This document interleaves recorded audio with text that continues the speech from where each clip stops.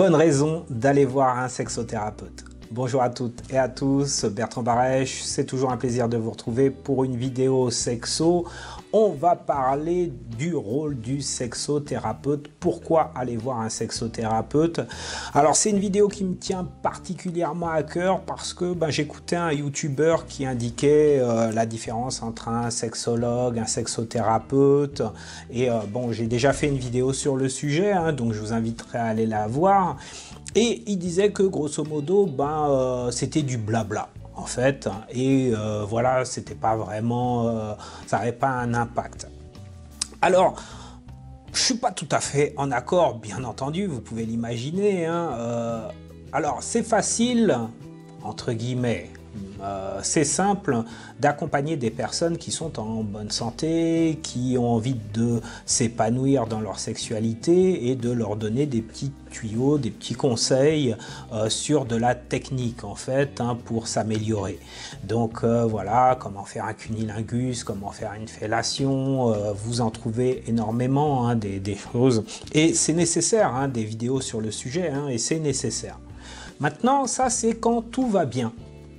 Quand tout va bien, quand tout fonctionne, quand tout est parfait et ça s'adresse, il me semble, mais peut-être que je me trompe, à un public qui soit est célibataire, soit qui ont tendance à papillonner et qui ne sont pas dans une relation amoureuse stable.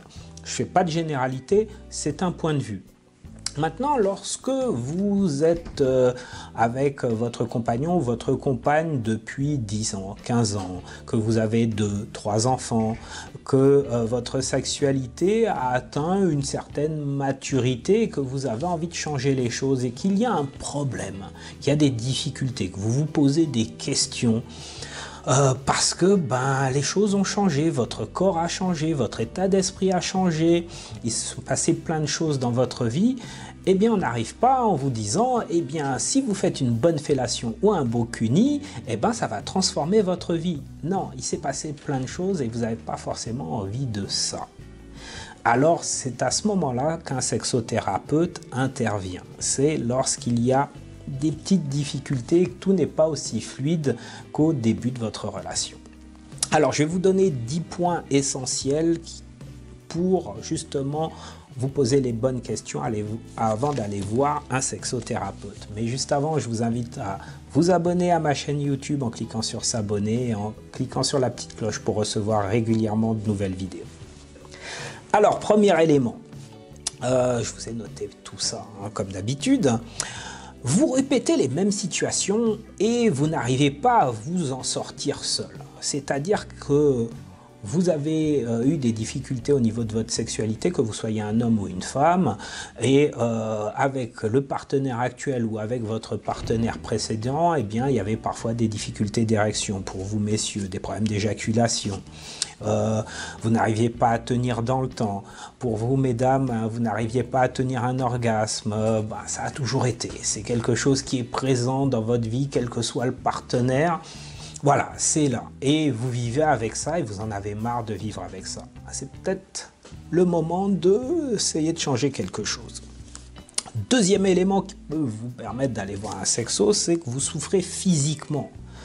Par rapport au domaine de la sexualité, dans le sens où vous avez été voir un médecin et il vous a dit que tout allait bien, mais vous souffrez physiquement dans le sens que vous avez des angoisses, vous avez du stress, avant d'aller faire l'amour avec votre mari ou avec votre compagne, vous êtes angoissé, vous en avez mal au ventre parce que vous savez que ça va pas bien se passer, vous savez que ça va être difficile, vous savez que ça va pas marcher correctement, alors que ça devrait être un moment de plaisir, ça devrait être un moment de bonheur.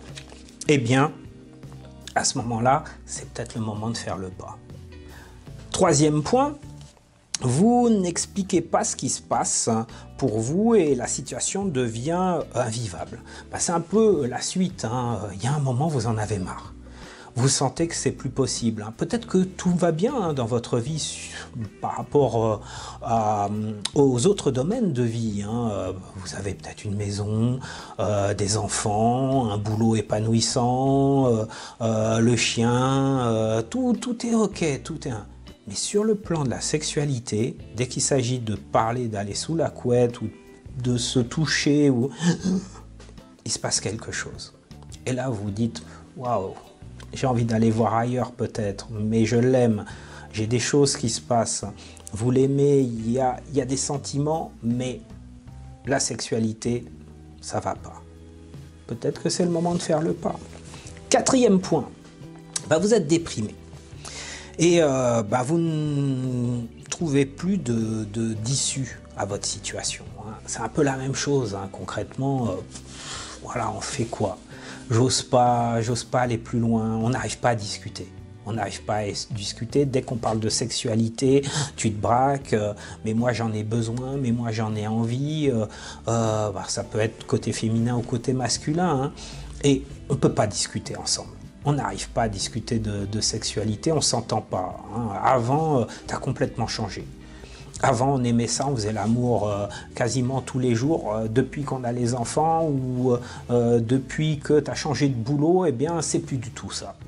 Comment faire? Sexothérapeute. Cinquième point. Vous perdez confiance en vous et votre capacité d'avoir une réelle intimité sexuelle avec votre partenaire. Vous ne sentez plus en capacité de lui donner du plaisir. Votre réaction, c'est plus trop ça. Vous dites un coup, elle me lâche, un coup, c'est top. Vous êtes crevé, il y a la pression du boulot et il y a cette libido qui ne va pas. Ou peut-être qu'elle n'est jamais satisfaite. Elle râle. Ah ouais, mais non, me touche pas comme ça, me fais pas ci, j'aime pas ça. Ou lui, il a toujours envie. Il a toujours envie, il vous colle, ah mais je suis fatigué, j'ai la migraine, laisse-moi tranquille, et il s'en fout, lui ce qu'il veut, il fait la tête si vous lui faites pas l'amour. Et là vous vous dites c'est l'impasse, comment je peux faire, comment je peux m'en sortir, je n'ai plus envie de vivre ça. Ok, c'est le moment d'aller voir un sexothérapeute. Autre point, sixième point, vous avez vécu un traumatisme dans votre passé. Et vous constatez que ce traumatisme revient, a un impact dans votre ici et maintenant, dans votre vie avec votre partenaire, dans votre vie de couple, dans ce que vous avez envie de vivre avec quelqu'un, et vous sentez qu'à un moment donné, il y a une espèce de plafond de verre qui vous empêche de vivre pleinement votre intimité. Vous avez déjà peut-être été voir un psy, vous avez déjà travaillé sur vous, et donc vous savez que il s'est passé des choses. Mais sur le thème de la sexualité, vous n'avez pas été plus loin. C'est peut-être le moment de changer les choses. Septième point.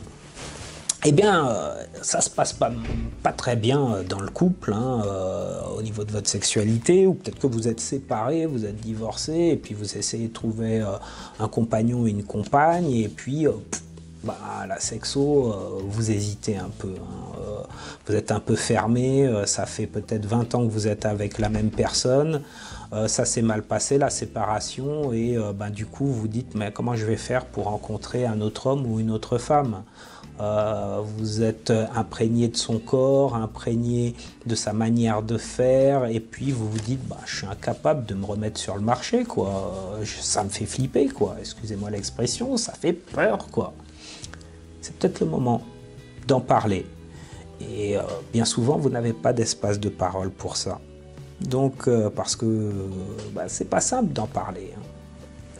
C'est peut-être le moment de voir un professionnel. Huitième point, vous vous sentez coupable d'actions qui sont pas top. Vous sentez que vous avez fait quelque chose, peut-être dans le passé, où vous avez des pulsions, des désirs de passer à des actes qui vous semblent répréhensibles. Et vous ne savez pas exactement comment gérer cela. Vous ne savez pas, alors ça peut être avec votre partenaire, peut-être que vous l'avez, alors je prends une caricature exprès, mais peut-être que ça peut aller plus loin, vous avez envie de lui donner des fessées, par exemple. Mais vous n'osez pas, et vous sentez, vous culpabilisez, vous sentez que ça vous mine, quoi, et que ça vous fait mal. C'est peut-être le moment d'aller voir quelqu'un pour partager ça, et voilà, tout simplement vous libérer de cette pression. Bien sûr, il y a, là je prenais ça sous la forme de la plaisanterie, mais il y a peut-être des événements plus importants que vous avez envie de confier parce qu'il y a les pulsions qui vous gênent et qui sont là. c'est la place du sexothérapeute. 9e point, vous vous posez des questions sur ce qui est normal, pas normal au niveau de la sexualité. Vous dites, ah, j'aimerais bien faire ça, j'aimerais bien aller dans un club échangiste, j'aimerais bien faire du SM, j'aimerais bien faire ci ou ça, mais elle veut pas, lui il veut pas. Est-ce que c'est normal ou pas que ça dure que 5 minutes, ou est-ce que c'est normal ou pas que il prend 1 heure avant de jouir, voilà. Vous voyez, il y a toutes ces questions sur qu'est-ce qui est normal. Peut-être qu'au lieu d'aller sur un forum de chat avec des gens qui ne sont pas forcément sachants, bien qu'il y a énormément de livres, il y a énormément de choses qui sortent sur le domaine de la sexualité, vous confier à une personne pour laquelle c'est le métier, c'est un plus. Je pense, je sais pas, c'est comme vous sentez. Puis, 10e élément qui me semble important, c'est vous voulez vivre quelque chose de nouveau dans le domaine de votre sexualité. Peut-être que vous vous sentez bien, vous entendez bien avec votre partenaire, mais vous voulez quelque chose de mieux, de meilleur. Vous avez envie de jouir de la vie et il manque quelque chose. Vous ne savez pas quoi exactement, mais il vous manque quelque chose. Et à ce moment-là, il vous faut un lieu, un échange, un moment précis où vous allez pouvoir partager, vous allez pouvoir exprimer sans jugement, en toute sécurité, en toute confidentialité, ce que vous avez à exprimer. Ça aussi, vous ne le trouvez pas forcément ailleurs, parce que vous ne pouvez pas forcément parler de sexualité à vos amis, dans la famille, avec les membres, vos collègues de travail.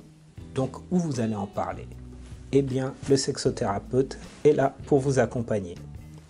Voilà, eh bien j'espère qu'avec tous ces éléments, vous saurez exactement si il est nécessaire pour vous ou pas d'aller voir un sexothérapeute. En tout cas, ce qui se passe dans un cabinet de sexothérapie, chez les sexologues, chez les professionnels qui dans ce domaine, c'est pas du blabla.